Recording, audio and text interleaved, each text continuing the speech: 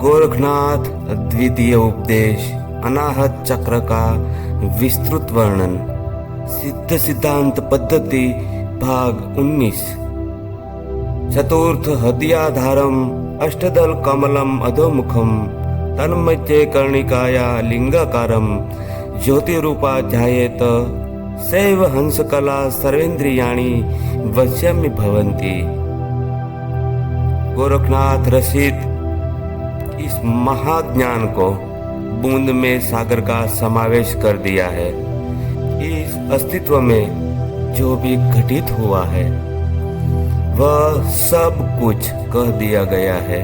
कहने के लिए कुछ भी बाकी नहीं रखा।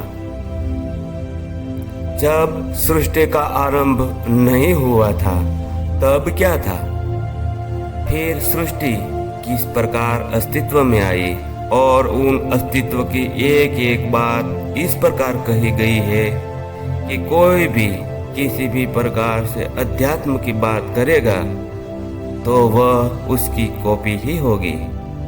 शरीर में 112 चक्र है, उनमें से 7 चक्र मुख्य है।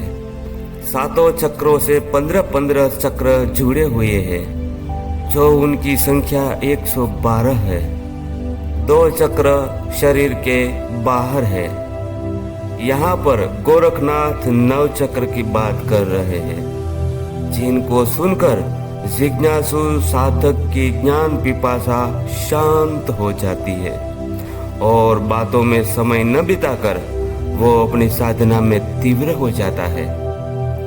अगर आप अनुभव पर काम करना चाहते हो तो वीडियो के डिस्क्रिप्शन में मौजूद लिंक से आपका काम होगा। अगर आपको कुछ पता न चले तो कमेंट करें। आपने अभी तक चैनल को सब्सक्राइब नहीं किया है तो गोरखनाथ का नाम लेकर सब्सक्राइब कर लेना। वीडियो को लाइक और कमेंट में महान योगी गोरखनाथ का नाम लिख देना। भगवान आपकी सभी मनोकामना पूर्ण करे। पहला मूलाधार चक्र है, दूसरा स्वाधिष्ठान चक्र, तीसरा मणिपुर चक्र है। उन तीनों चक्रों के बारे में विस्तार से बात हो चुकी है और उनसे क्या क्या सिद्धियां और लाभ होता है वह सब कह दिया है। आज हम इस वीडियो में अनाहत चक्र की बात करने वाले हैं। आप एकाग्र होकर सुनिए। चौथा अनाहत चक्र है। हृदय में सुषुम्ना नाड़ी में स्थित चौथा अनाहत चक्र है। यह 12 दल पंखुड़ियों वाला कमल है जो अधोमुख यानी नीचे की ओर मुख वाला है। उसके मध्य में कर्णिका में स्थित शिवलिंग के आकार वाली ज्योति का ध्यान करना चाहिए। यहाँ पर हंस कला नाम वाली श्री शक्ति है। इसकी उपासना से साधक की सभी इंद्रियां वश में हो जाती है। अनाहत महाचक्र है।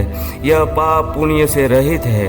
जीवात्मा तब तक संसार बंधन से अमित रहता है जब तक वह इस चक्र में ध्यानस्थ होकर परम तत्व परमात्मा का ज्ञान प्राप्त नहीं करता है, परमात्मा साक्षात्कार नहीं कर पाता है। गोरखनाथ जी का कथन है कि इस अनाहत चक्र का ध्यान करने वाला साधक अमृतत्व में स्थित हो जाता है, अमर हो जाता है।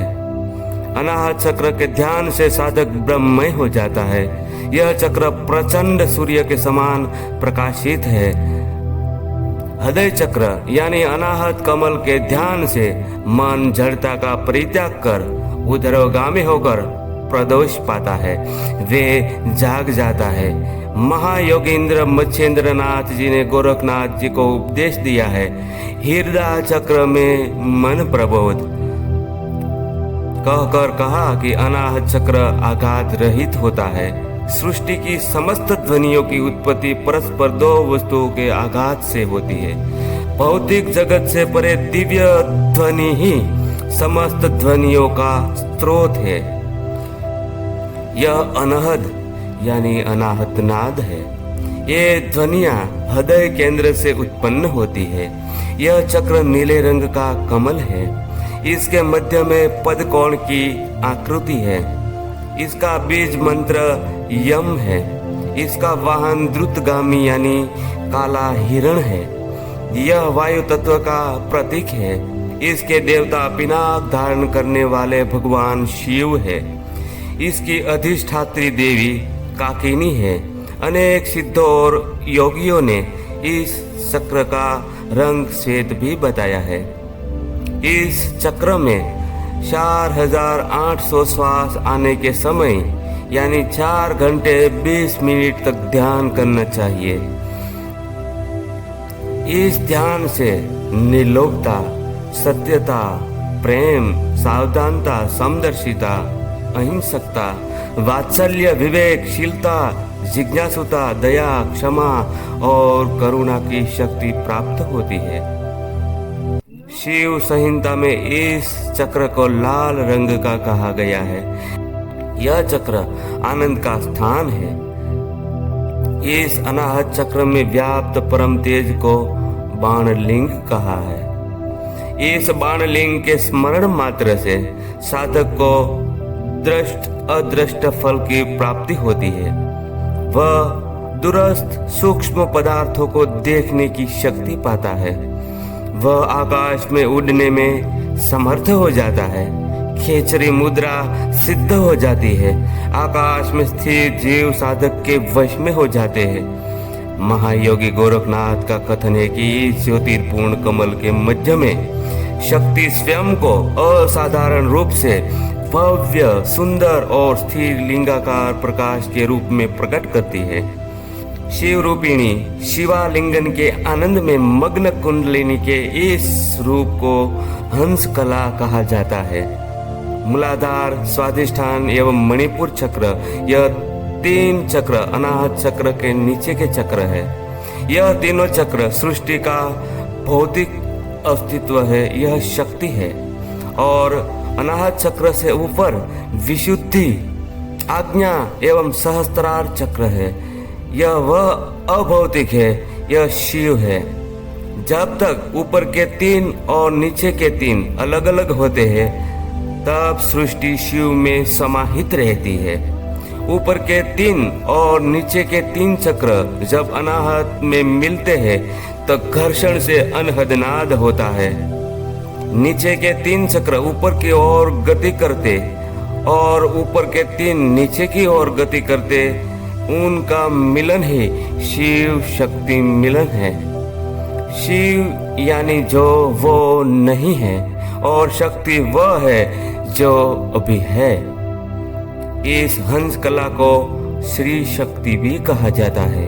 योगी इसका ध्यान कर इंद्रिय जयी और शांत हो जाता है। सिद्धियों की प्राप्ति के प्रलोभन नष्ट हो जाते हैं और योगी अपनी जैविक अथवा मानसिक शक्ति को इसमें केंद्रित कर लेता है।